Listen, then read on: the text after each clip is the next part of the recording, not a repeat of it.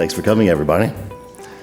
Libero was founded by myself a couple years ago, and together with Leo Hathaway, and we wanted to replicate what Leo had done with Ross Beatty and Lumina, and acquire porphyry copper projects in the Americas that had large historical resources and no fatal flaws. So far we've acquired 2 projects like that in Colombia and in the US.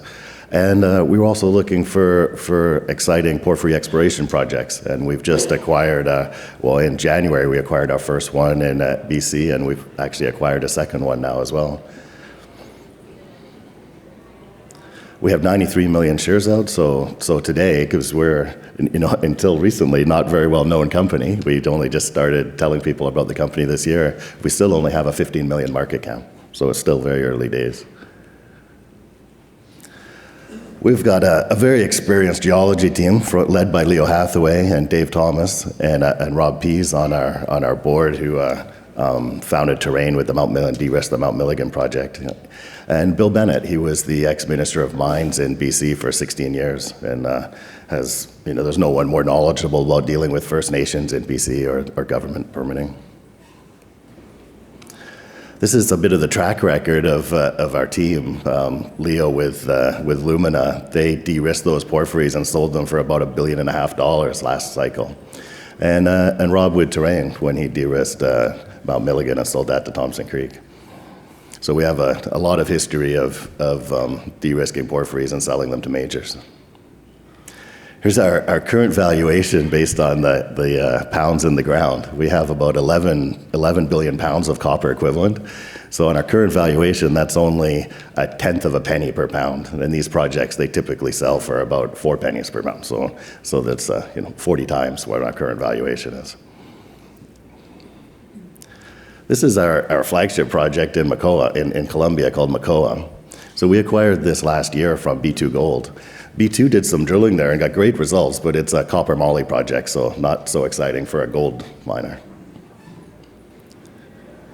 It was actually discovered by the government in the 1970s, funded by the UN, and they did a full feasibility study in the 1980s. So we have all that metallurgy work. It's a very clean concentrate. There's no issues with it at all. It was staked by Anglo in the early 2000s when they staked all of Colombia pretty much, and then JV'd a lot of that with B2 in 2008 when B2 drilled this project until we acquired it last year. Here's where we are. We're in the Jurassic Belt. So just across the border is actually Cascabel Sol Gold. But in these same kind of rocks, if you go down into Ecuador, this was Corriente's Mirador project, was sold to the Chinese Rail Company and is a mine now. These are some of the historic drill holes that the UN did and then B2 did last decade. And I mean, if we had released these today as discovery holes, people would be excited. There's some of these drill holes are 300 to 700 meters of 0.5% copper and very high-grade moly. This is exciting. This is the work we're doing right now. Is that gray line is our pit-constrained resource. As you can see, a lot of our high-grade drill holes are below that resource. So we're doing work now to extend that pit and include that, which will make a big difference in our grade. Our current grade is about 0.45% copper equivalent with copper and moly, and I think we can make it a lot higher by including that highest grade material. And also extending it at depth as well. There's at the 0.25% cutoff, you have 0.33 copper and 0.45 overall. And it's about 1.2 kilometers wide so far by 1.4 kilometers, and it's open at depth.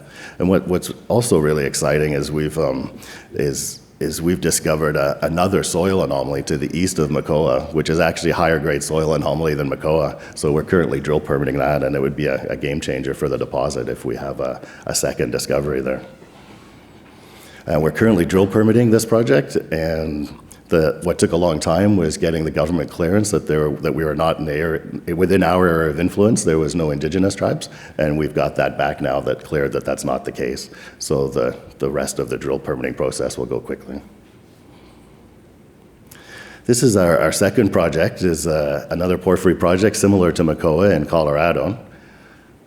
It was drilled in the 1950s. They just did a lot of widespread vertical short holes, all in mineralization. It's open in every direction and definitely at depth.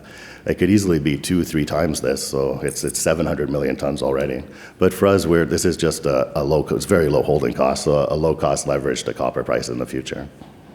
It's right now it's 700 million tons of 0.33 copper equivalent.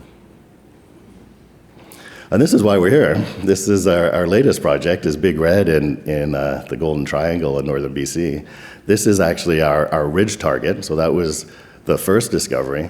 Well, when we optioned this project in January, the first thing we did was we took 35 assessment reports that had been filed with the government over the last 55 years and digitized that for the first time and put it all in one database.